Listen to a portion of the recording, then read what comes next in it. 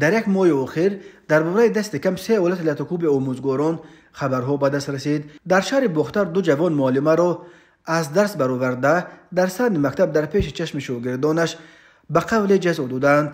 اما در مکتب میانه رقم 5 نویه خوولینگ در 2 حادثه علایده یک خواننده صنف 11 به سر معلمه دست برداشته است و یک همصنف او به سر مدیر یا دیرکتور مکتب.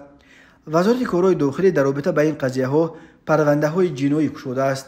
وزارت معارف و علم گفته است بر اساس ماده 52 قانون معارف شأن و شرف آموزگار تحت محافظت دولت قرار دارد. بنا به گزارش از پلیوس طی یک ماه اخیر در مکتب رقم 5 نویه خوولینگ 2 حالت لطوکوب آموزگار و حتی دیرکتور مکتب به قید گرفته شده است.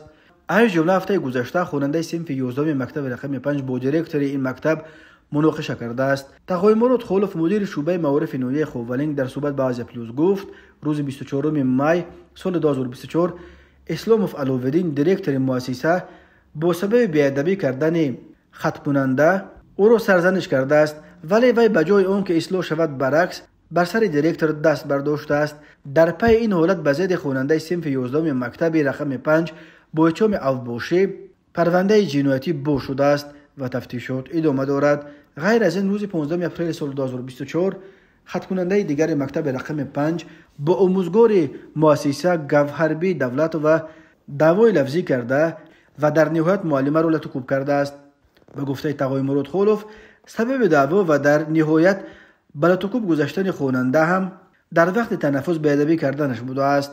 این مسئله در شعبه معارف نویه خوولینگ مورد بررسی قرار گرفته خط کننده از این مکتب اخراج شده است.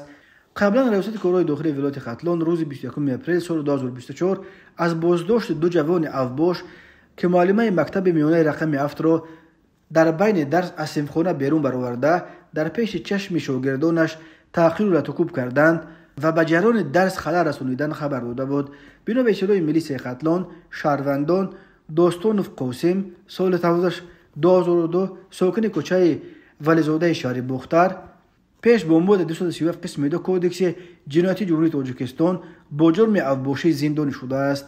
ولیزاده اسامیدین سال 2002 ساکن کوچه ختلان شهر بختر از احساسات بلند اوباشی به مؤسسه تحصیلات میانه عمومی رقم 7 شهر بختر حاضر گردیده آموزگار مؤسسه مذکور زیازاده را که به خوانندگان درس می گفت به دالان مکتب دعوت نموده نسبتش دشنام مخارج‌های قبیح کرده و او را مورد لطوکوب قرار داده است.